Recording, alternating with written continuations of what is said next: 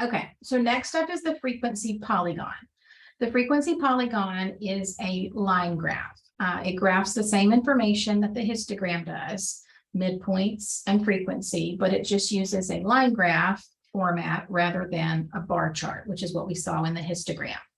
Now, because the polygon is not as commonly used as the histogram, you don't have the option in StatCrunch to create a polygon, all right? But you can graph pretty much anything that you want to if you use this chart function underneath the graph menu, as long as you have put the necessary values in one of the columns of your StatCrunch sheet. All right, so the things that I need to determine the graph of my frequency polygon are the midpoints of each class and the frequency for each class. Okay, so once again, I'm going to have to start by constructing the frequency distribution.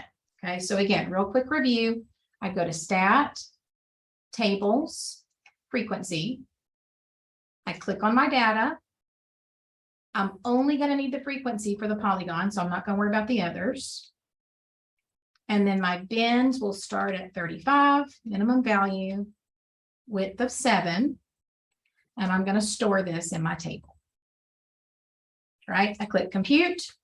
Right, I've got my frequency distribution. I just need to remember that each of these upper limits is going to bump back to the previous whole number, since the parentheses means that value is not included.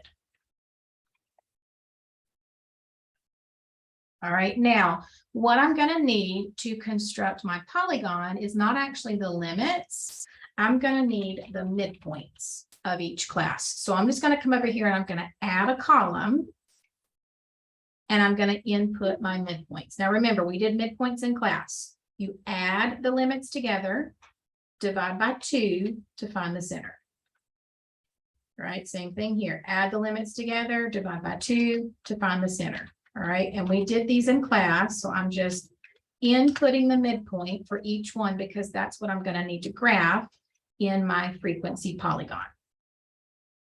Now, here's kind of a little weird thing about the frequency polygon, and that is in order to be a polygon, it has to be a closed shape. And so the way that you do this in a graph is you make sure that it starts on the horizontal axis and it ends on the horizontal axis, right? On the horizontal axis means the frequency is 0. So I'm going to need a point at the beginning and at the end where the frequency is equal to 0. So what I'm going to do at this point is I'm going to add a row up at the top. All right, I can do this by going to Edit, Rows, Insert.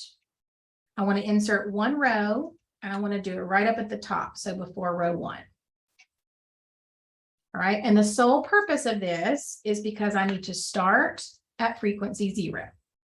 I also need to end at frequency 0, so I'm going to put 1 at the bottom as well.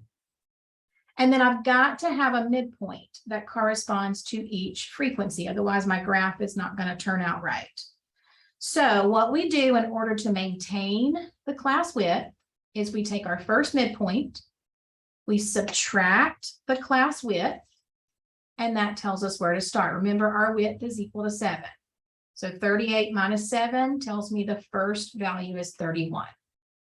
At the other end, right, I take the midpoint of 73, I add the class width there, the 7, and that tells me this last value is going to need to be at 80. All right, once I have all my midpoints, all my frequencies, the starting and the ending value at frequency 0, I am able to construct my line graph. All right, I do that by going to Graph, Chart. We're going to chart what's in the columns. I found this on the web. You always start with what you're graphing, and in a polygon, you're graphing frequency. Okay, always frequency. Then you're going to come down here where it talks about a row label. This is what you want to graph for each frequency. And in the polygon, that is always your midpoints. Okay, leave where blank, leave the order by blank.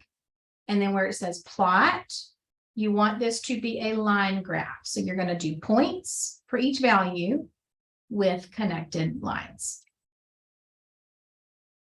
Okay, that's all I need to do. Everything else you can leave alone. Come down here and click compute.